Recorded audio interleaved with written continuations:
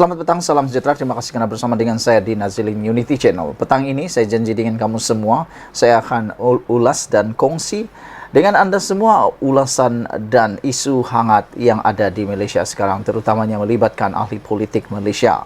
Sebelum itu, sila tinggalkan dulu komen Anda dan tekan butang subscribe untuk mendapatkan isu-isu terkini daripada channel saya. Saudara-saudara sekalian, saya nak sampaikan kepada kamu semua tentang 7 kontrak data Sonic yang diberikan tanpa tender terbuka. Wow, ini satu isu yang pastinya menarik perhatian SPRM. Yang menjadi persoalan kita ialah mengapa kontrak ini diberi secara tidak tender terbuka. Dan selain daripada itu, siapakah orang-orang yang terlibat di dalam isu pada kali ini? Saudara-saudara sekalian, dilaporkan 7 kontrak data Sonic Teknologi Sdn Bhd di TSB telah diberikan tanpa tender terbuka, kata Menteri Dalam Negeri Saifuddin Nasution Ismail. Dia mendedahkan maklumat itu dalam jawapan bertulis Parlimen ketika menjawab soalan Lim Guan Eng Pakatan Harapan Bagan.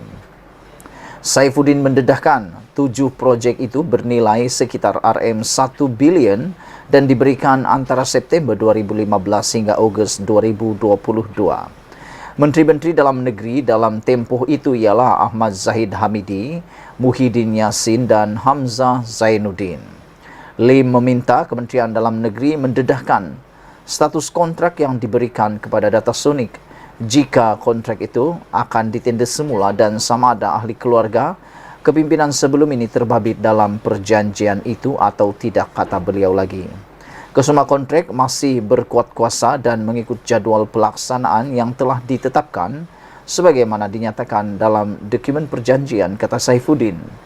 Saifuddin tidak menjawab soalan Lim Guan Eng berhubung kemungkinan ada penglibatan ahli keluarga kepimpinan sebelum ini dalam perkara tersebut.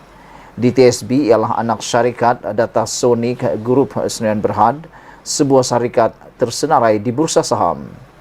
Jawaban Saifuddin juga tidak menyentuh berkenaan langkah kerajaan sekarang untuk memberikan DTSB lanjutan kontrak selama 3 bulan untuk pembekalan MyCard, MyTentera dan MyPoka dan bahan habis guna kepada Jabatan Pendaftaran Negara. Ini bermakna kontrak itu hanya akan tamat pada 14 Mei ini. 6 daripada 7 kontrak yang diberikan secara terus ini akan tamat tahun ini. Soalan Lim muncul dalam senarai jawapan bertulis pada 29 Mac. Dia berkongsi jawapan itu di Facebook semalam. Pada 31 Mac, Data Sonic dalam kenyataannya kepada beberapa media menjelaskan kontrak pemberian langsung itu pada mulanya kebanyakannya menang melalui tender terbuka. Menurut The Edge, syarikat itu berkata, selepas mendapat kontrak terbuka, melalui kontrak terbuka, ia mencadangkan kontrak baru kepada kerajaan dengan potongan harga serta perkhidmatan dan produk yang lebih baik. Syarikat itu berkata, bagi projek yang melibatkan keselamatan seperti pembekalan MyCard mendapat manfaat daripada kontrak pemberian langsung berbanding proses tender yang panjang. Oleh itu, kami terlibat melalui proses rundingan terus. Sudah menjadi amalan biasa bahawa rundingan harga kami sentiasa membawa kepada pengurangan sebanyak 5% hingga 10%, kata DTSB lagi. Saudara-saudara sekalian, inilah satu pendedahan yang memang mengejutkan kita semua, melibatkan perolehan dan melibatkan keuangan negara. Ianya apabila disahkan 7 kontrak data Sonic diberikan tanpa tender terbuka. Dan yang menarik lagi, itu telah didedahkan oleh Menteri Dalam Negeri Saifuddin Nasution Ismail dan ia melibatkan beberapa orang menteri yang telah pun 7 projek itu bernilai sekitar 1 bilion dan diberikan antara September 2015 hingga Ogos 2022, yang mana Menteri-Menteri Dalam Negeri dalam tempoh itu ialah Ahmad Zahid Hamidi pada tahun 2013 hingga 2018, Muhyiddin Yassin 2018 hingga tahun 2020 dan Hamzah Zainuddin tahun 2020 hingga 2022. Soalan ini menjawab kepada soalan Lim Guan Eng yang bertanya tentang maklumat berkaitan data Sonic tersebut. Lim sebenarnya meminta Kementerian Dalam Negeri mendedahkan status kontrak yang diberikan kepada data Sonic jika kontrak itu ditender semula dan sama ada ahli keluarga kepimpinan sebelum ini terbabit dalam perjanjian itu atau tidak. Namun demikian, dalam jawapan yang diberikan oleh Saifuddin Nasution Ismail, dia tidak menjawab soalan Lim Guan Eng berhubung kemungkinan ada penglibatan ahli keluarga kepimpinan sebelum ini di dalam perkara tersebut. Ikuti terus ulasan selepas ini. Selamat petang, salam sejahtera. Terima kasih kerana bersama dengan saya di Nazilin Unity Channel. Satu lagi pendedahan daripada SPRM yang luar biasa. Ini bukan alang-alang. Ini melibatkan uang RM 9 juta. Bayangkan uang 9 juta telah diseleweng. Siapa yang menyelewengnya? Mengapa diseleweng? Dan apa komen daripada SPRM? Kita akan ikuti selepas ini. Yang pastinya hari demi hari jerung-jerung besar, perasuah-perasuah besar, penyeleweng-penyeleweng besar, matsakau-matsakau besar akhirnya mula perlahan-lahan ditangkap dan dikurangkan oleh SPRM. Kita nak ucapkan tahniah syabas kepada kepimpinan negara kita kerana benar-benar melancarkan perang terhadap rasuah, perang terhadap penyelewengan dan salah guna kuasa.